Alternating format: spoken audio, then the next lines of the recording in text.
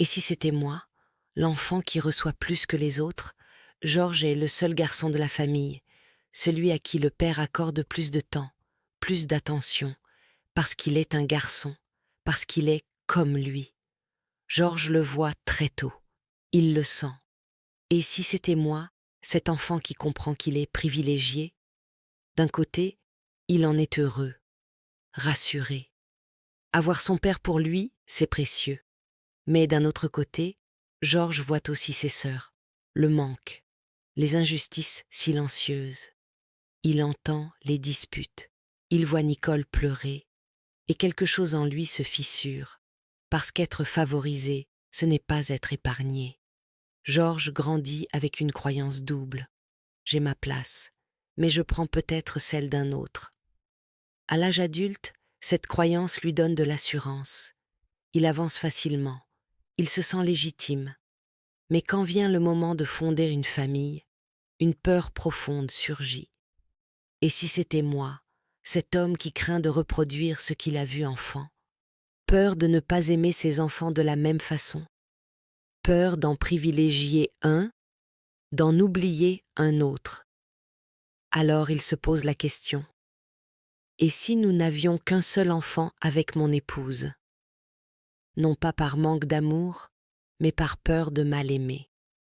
Ces enfants, s'il en avait plus d'un, oui, le traitement de faveur et les privilèges peuvent aussi marquer.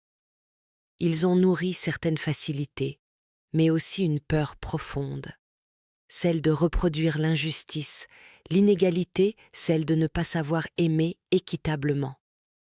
Mais cette peur ne définit pas la fin de l'histoire de Georges, car il est toujours possible de devenir conscient, de transformer un héritage inconscient en choix éclairé.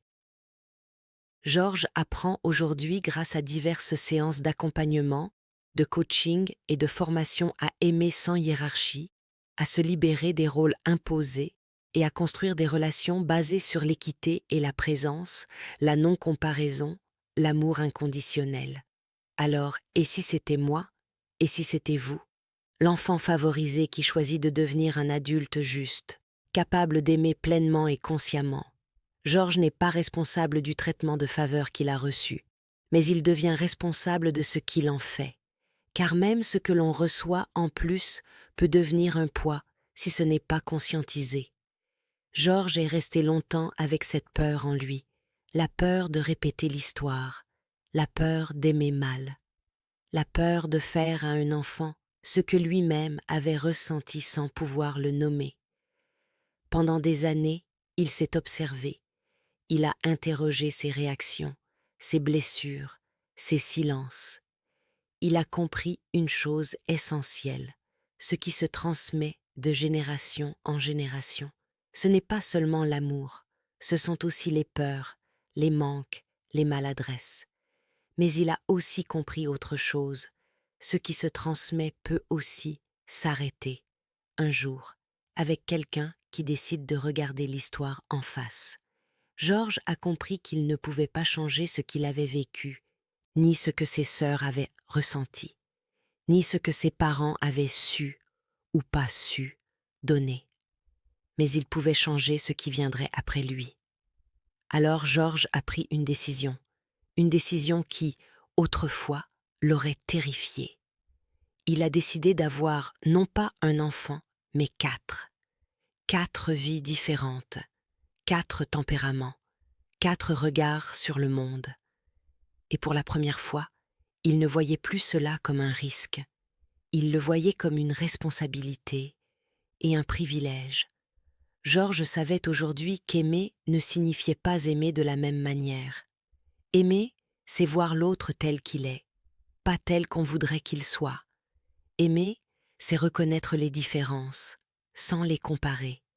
Certains de ses enfants seraient peut-être plus sensibles, d'autres plus indépendants. Certains demanderaient plus d'attention, d'autres plus de liberté. Mais il avait compris une chose fondamentale. L'amour ne se divise pas, il se multiplie.